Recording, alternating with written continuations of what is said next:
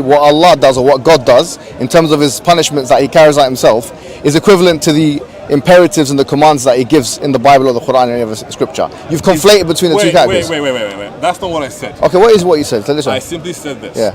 It doesn't matter when God is carrying out a punishment, or if he does it via a divine flood or fire and brimstone, or if he orders people to do it. Okay. Ultimately, if the actions of God are being carried out in the area of punishment, then it is still Can I ask a question? Because go ahead. These same people that we're talking about, the Israelites, the Bible talks about thousands of years after this event occurred, that God raises Babylon to punish them.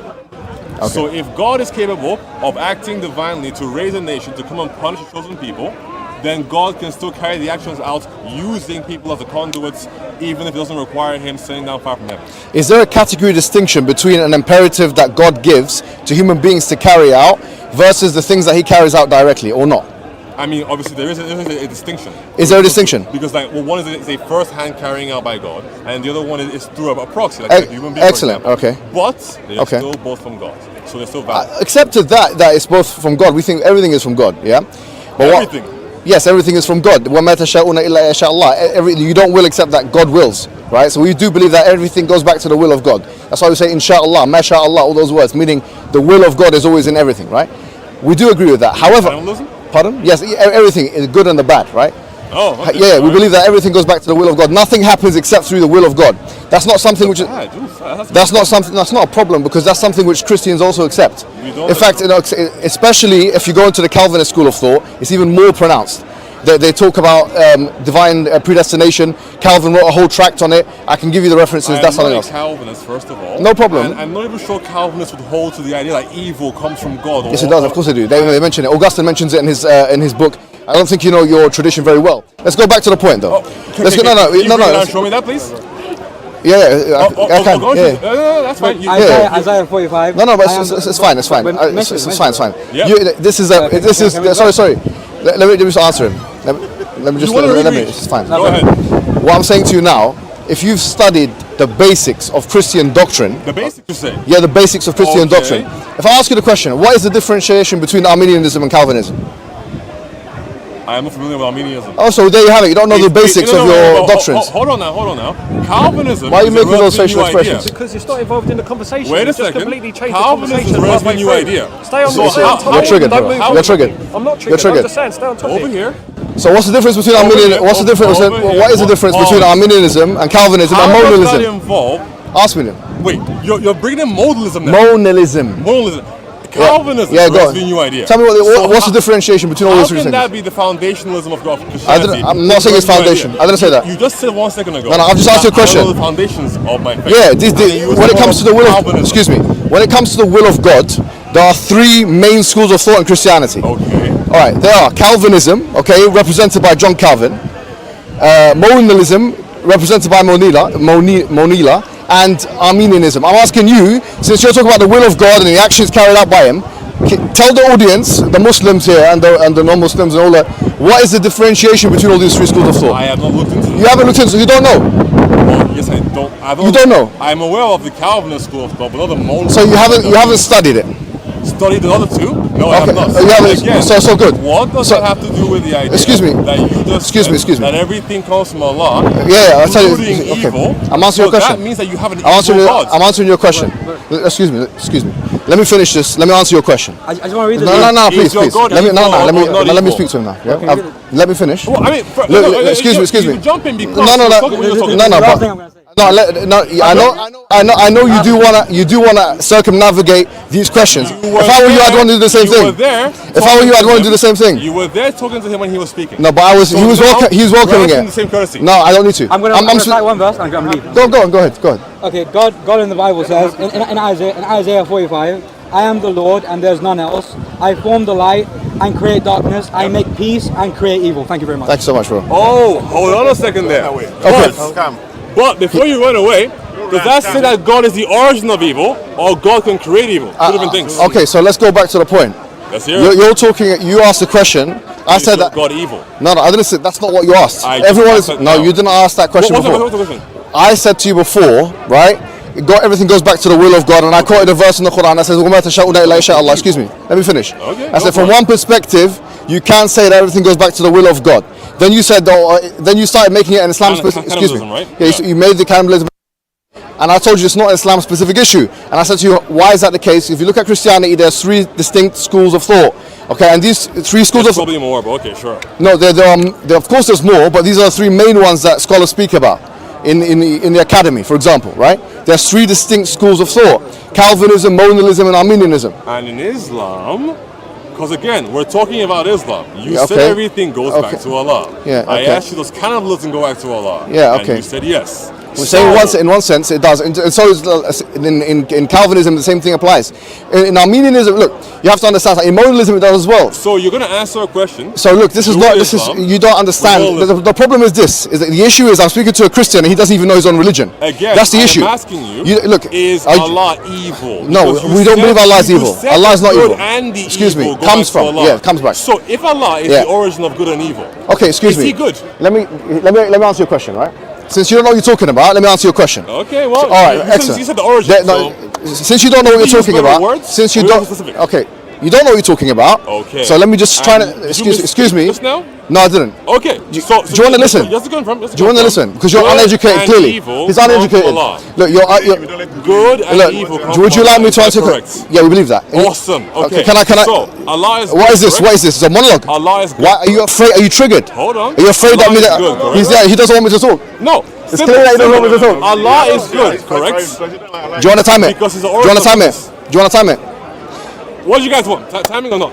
Yeah, time it. If you say your thing, I say my thing. If you can't have the conversation. Fair enough. Okay. What you want? I'll give you one more chance. If you can't handle it, we'll do a time. If you want time, that's fine. We'll do one more chance, and if you can't speak properly, and let me speak and then finish, and I'll let you speak and finish. First. Again, is go ahead. Allah good? Yes, we believe Allah is good. He's the origin of goodness. Yeah, no. Okay. You're asking another question why now. Is Allah good? We believe goodness is one of the intrinsic attributes of God. He's Al-Bar. We believe that. Awesome. Good. Now, evil comes from this goodness, correct? No, we don't believe that. But you just said that. No, I didn't just say that. Let me explain. Let me explain what evil is. Go ahead. There's something called theodicy. Do you know what theodicy is? Not familiar. Not familiar. This is the problem. I'm speaking. Excuse me. Wait. Let me finish. So Let me finish. Let me finish. Let me finish. No, let me finish. Okay, let me finish. Let me finish. Let me finish. The problem is this. The problem is I'm speaking to a person who has not studied his own religion, has not studied the academic material on the topic. Theodicy are theories relating to evil and sovereignty and the will of God. Now let me tell you something, right? Theories of evil in religion. Augustine has written. Islam. No, it's not in Islam. Islam. I asked you an Islamic question. Yeah, and you're not quoting I'm explaining to you something. Augustine, in case you didn't know, is not an Islamic scholar. So yeah, carry on. Are you okay? Islam. Are you okay? Islam. Are you okay? Are you okay? Are you okay? I'm waiting. Are you okay? Right? Because if you ask a question about the Bible, I'm not going to quote Allah for you. What is Augustine's view on theodicy? Again. And evil. Islam is what is his view? God evil. Please. I said no. Do you understand English or not? Does this guy understand English? Awesome. Wait. Okay, yeah. Everyone listening. What is evil? So, what is evil? He just what is said evil? that good and evil come from Allah. Yeah, what is evil? I said, is Allah good? He yeah. said yes. What is evil? Attributes. So what is evil? I asked him, what is evil? Does the evil what is evil? come from what is Allah evil? who is good? And he says no. Okay, well, hold on. What is, I didn't say that. Yes, you did say no. No, hold on. Camera, let me explain. Pause. Do you want me to explain my position or not? That's fine, go ahead. But he said that the evil does not come from Allah who is good. That's not what I said. Prior to that, he said that no, evil anger comes from Allah. Let me explain myself. God, Allah is good. Yes, we believe that's an intrinsic attribute of God. Okay, awesome. What is evil? I take the view that evil is the lacking of good. It's deprivation. That's why I take the view. Privation. Interesting. That's the view that I take. That's the same view of Augustine and Thomas Aquinas and Ibn Taymiyyah and Ibn Qayyim. Okay. Yes, it's a view of. That's what I'm saying. It's a view in Christianity and a view in Islam. It's not an Islam-specific issue. Excuse me. Let me finish. So what is evil? Evil is the lacking of good. Like for example, you've got the sun that's shining light upon us, right?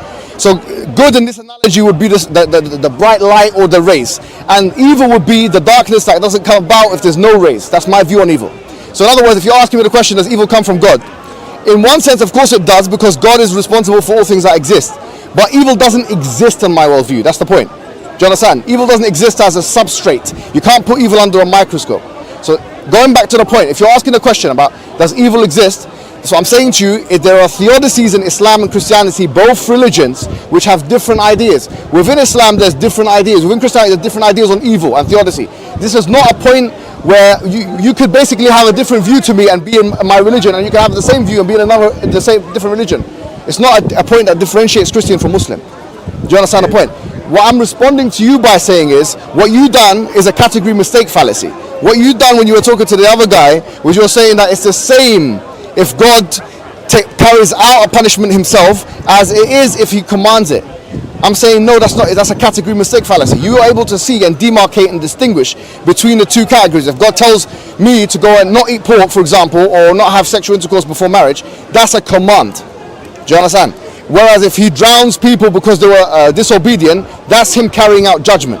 I see a differentiation. Yes, both of them go back to the will of God. Why can't God carry out judgment using people? Explain that for us. What do you mean, why can't God? Why can God not carry out judgment using people in the way he does using a flood or fire from heaven? No, I'm not saying he doesn't. And that's my point. And I accept that point. I accept that point. I accept that point. God carrying no, I accept that point. You made a good point there. All you're saying is, from one perspective, everything goes back to the will of God. I'm saying, yeah, I accept that. Well, that's not what I'm saying. So no, but that's what you should be saying, because that's a more coherent way of saying it. No, because then there are issues with that. So that's what I'm saying. Everything goes back to the will of God. How's there issues with that? That's something consensus in Christianity and Islam. I don't know if we would frame it that way. So you don't think everything goes back to the Christian, the will of God? When you say will of God, define what you mean by will of God. Are you speaking about God's desire? Or God's purveyance over all creation? What are you talking about? When I say will of God, when I say will, I'm talking about the ability to choose A over B. I'm talking about the choice of God. I'm talking about the permission of God. That's what I'm talking about. Okay. So again, God's purveyance over all creation. No, not necessarily. That's something else. I'm talking about the will of God. God can decide A over B. God can decide this or that. That's what God can decide. That tree can be green, it can be blue. That's the will of God. It's the will of God. It's in accordance with the will of God that the tree is green. It's not accordance with the will of God that it's blue. It's not blue. So let's say. So nothing can be, as my postulation, nothing can be except through the will of God. That's my view, and that's the view of the vast majority of Christian scholars and the vast majority of Jewish scholars and vast majority of theists, generally speaking. So that's fine. Instead of creation, sure, we can see that God. So what's the point here of this? However, when it comes to actions. Yes. Okay. What about actions? Are you going to say that? Well, this is not a Christian specific issue. That no action can be committed without the will of God. Yes. Ooh. But the difference I would say is this: is that when you say will, you're talking about providence here. No, desire. No action. God creates everything. Okay. The Muslim position. Let me tell you. 1 second. Within Christianity, we use the will of God to mean a number of things, including what God desires. With respect, you don't know what Christian. With respect. Yeah, go on. For His creation and what God desires us to do, and we use the will of God to encapsulate this idea. Okay. Now, can I respond to that? No. Okay, go ahead. When it comes to actions that human beings can carry out, slavery, rape, whatever the case may be. These things are against the will of God, and that it's not God's desire for us. I understand your point. However, I understand your point. If you want to use the word will to mean purveyance, as in no action can be committed without God allowing, permitting, or willing it to be so, that's also a little bit different. So we do have that distinction. We have something called irada shar'iyya. Now you do. Okay, no. I understand what you're saying, but we don't put it in the way. Look. We have something called irada shar'iyya and irada kawniyya, which is like you got the cosmological will and you have the legislative will. Do you understand? I've heard about this recently. Okay, so this is the cosmological will is what God allows to happen in the universe. Okay. Whereas the shar'i or legislative will is that God instructs people to do, and as a result of Him instructing people to do that thing, they either do it or not with their free will. Now, as I say, we believe in free will. Me and you both believe in free will as a concept. Well, as a Muslim, it's a bit tricky, but sure. What do you mean as a Muslim it's tricky? What do you think as a Christian it isn't? No, because we. So why do you have three distinct schools of thought? People. No. Why do you have Arminianism and Modalism and Calvinism? Again, these are not like massive schools of thoughts. Yes, they are. They're not held to by the majority of What are you talking about? You don't even know what they are. These are small. What are they? Protestant sects. What? No, they're not. These are not. Okay, so for example, the schools you mentioned. Can you please tell me how many Christians globally hold to the idea? We don't really know. Okay. Is it the majority? Calvinism, in terms of Protestantism, it could be argued that the majority of Protestants are Calvinist. Could be argued. I don't know. Could be argued. But there's no survey that's been done. But what I do know is that there are institutes in America, like evangelical institutes, that do hold that position and teach it in their seminaries. Okay. Majority of them do. Again, this would not constitute the majority of. I don't know. I'm not saying I don't have a sociological study. Do you have it? So, but it's one of the in the academy. Excuse me.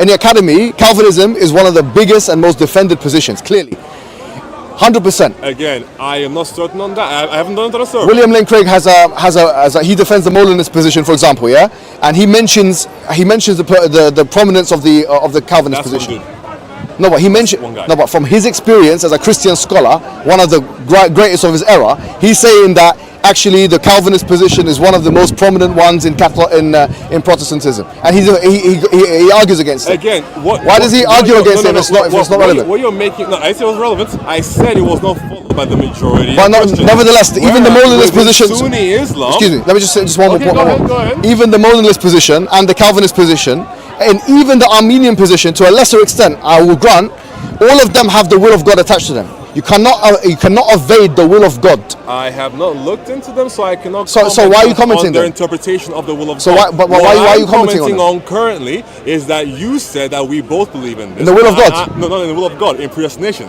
And Yeah, I am of course we telling do. you that it is worse within Islam. What's worse? What does worse mean? Worse meaning that all of you, at least I'm listening to you're Sunni. Muslim, correct? Awesome. If you accept Sunni Hadith, you're going to have to accept the idea that God writes down what you're supposed to do before you were born. Yeah, that's a biblical idea. No. And then That's a biblical idea. And then Are you serious? Also adds that you can do good deeds all the days of Now, your life. you're digging your own grave. Pause. You're digging your own grave. So you're about a handspan away from entering heaven. Okay. And then what is written for you will overtake you. Yeah. And then you will begin to do the deeds of the hellfire until you wind up in hellfire. The hadith you're talking about. And vice versa. Okay. So we don't hold that God distinctly makes you so that you will go to hell and override but that's not what we believe, though.